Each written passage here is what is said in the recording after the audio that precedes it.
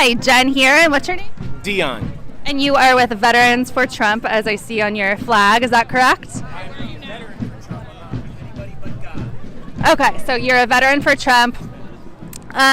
What in particular do you like about Donald Trump, and in particular his support about today's event?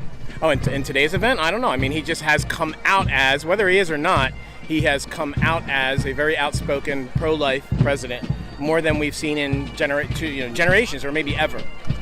What do you think about his past pro-choice feelings and thoughts? Yeah, personally, when he was, a business person with his own family and his own thought, that, yeah, maybe he was just pro-choice. But once he saw the bigger picture and saw that in a grand scheme of things as president, as a leader, that he would think would just be a better choice to, go towards pro-life movement instead of a pro-choice. And today was historical in the way that Donald Trump was the first president to appear in person at a March for Life event. What do you think that signals? It signals that he takes big risks, because obviously in the last 45 years or 47 years, no other president has taken the risk to come out so pro-choice. So I just thought, just like Donald Trump, and just like he's done his whole life, he took a big risk. He knows he could lose a lot of votes by going pro-choice. But he said, he's just going to believe in his convictions and do it.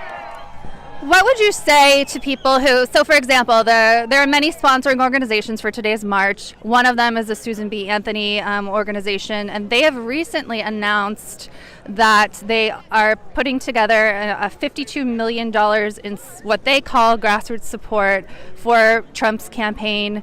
That announcement came days ago. Do you think that influenced his decision to come out today? No, he's actually come out. I don't really know much about this Betsy Ross fund or whatever it is. Susan B. Anthony fund. I don't really know much about it. I haven't heard about it yet. But no, he's come out more outspoken for pro-life since he was president, not since today. Today he just make it, and just like Trump, every single day, his presence just grows greater and greater.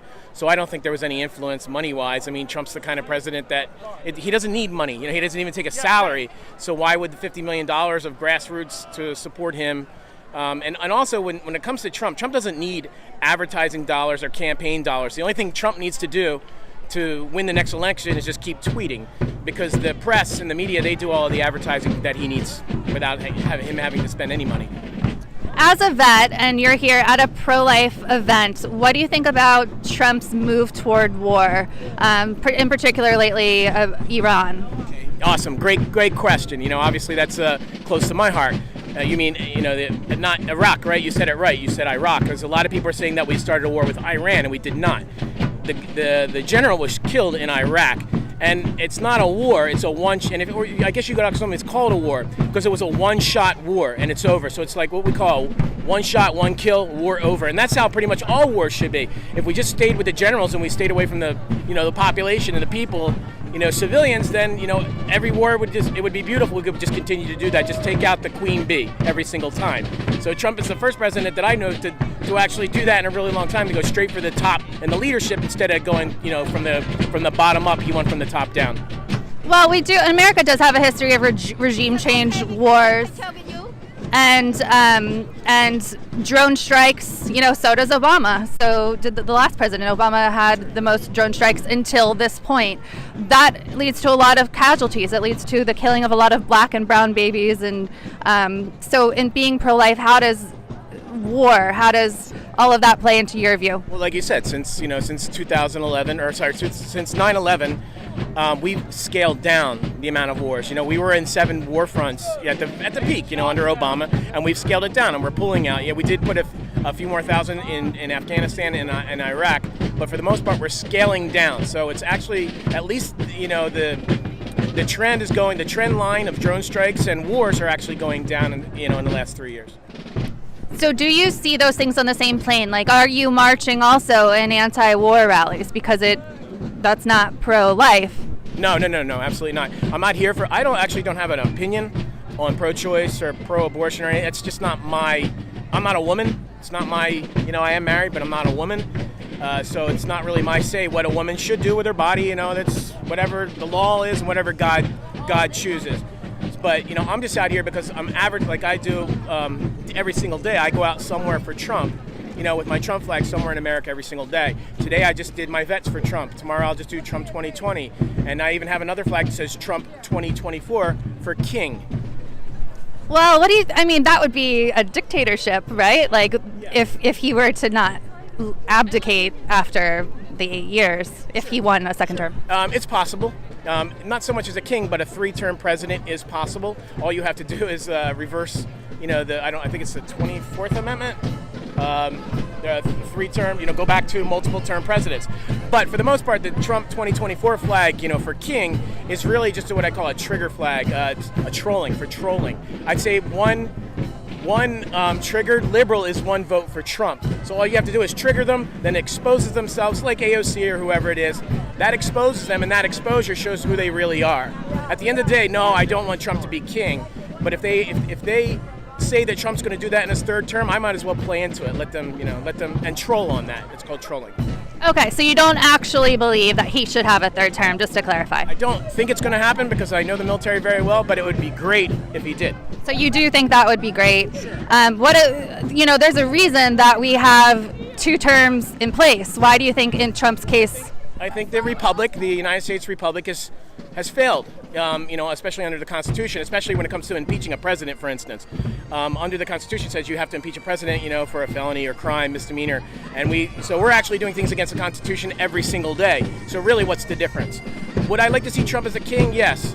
30,000 years of recorded history, about 99% of that globally was a monarchy, for the entire planet for 30,000 years. There's always a monarchy somewhere. I think it's going to eventually go back to that. I think this experiment that we're living right now is eventually going to collapse. And it would be good to have a king like Trump who's actually a good king. There have been good kings in history. Lots of it. You go back to King Vladislav, whatever, Poland, he was a great king. There has been some great kings, so I wouldn't mind seeing him as king. So with him as king, you seem to think like hasn't done anything wrong. In your view, has Trump done things wrong in his office? Obviously, we've had Russiagate, now we're in the impeachment trial.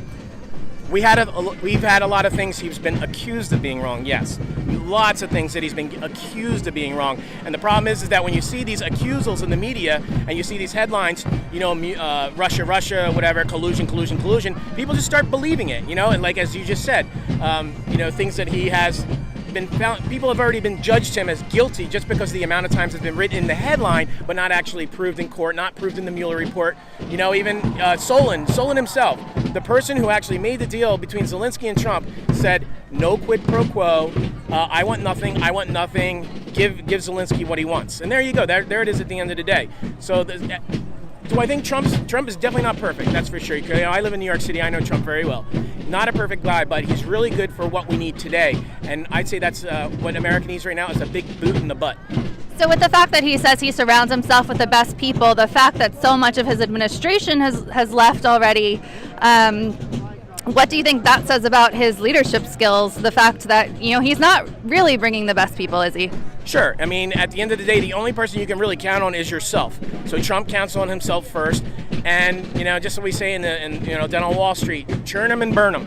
If the shoe doesn't fit, get rid of it. I think, for a good example was General Mattis. That was a good choice. Trump went for the war dog of war dogs, Bolton and Mattis.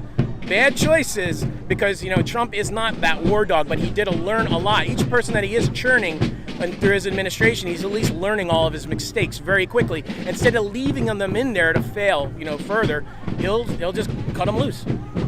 Okay, last question here. Which Democrat do you think has the best chance of beating Trump, if any of them do, in your opinion? I don't even want to say it, but of course Bernie.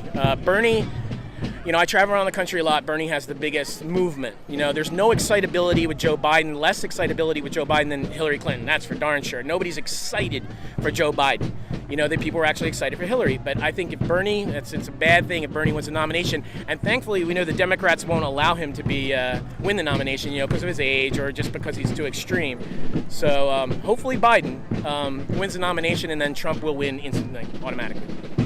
Thanks for interviewing. Hope you enjoyed that last video. Hop on over to statuscoup.com where you can sign up for our email list and become a member for as low as $5 to $10 a month. Membership is how we grow. That's statuscoup.com/join. And remember, join our email list so we can grow the revolution with you.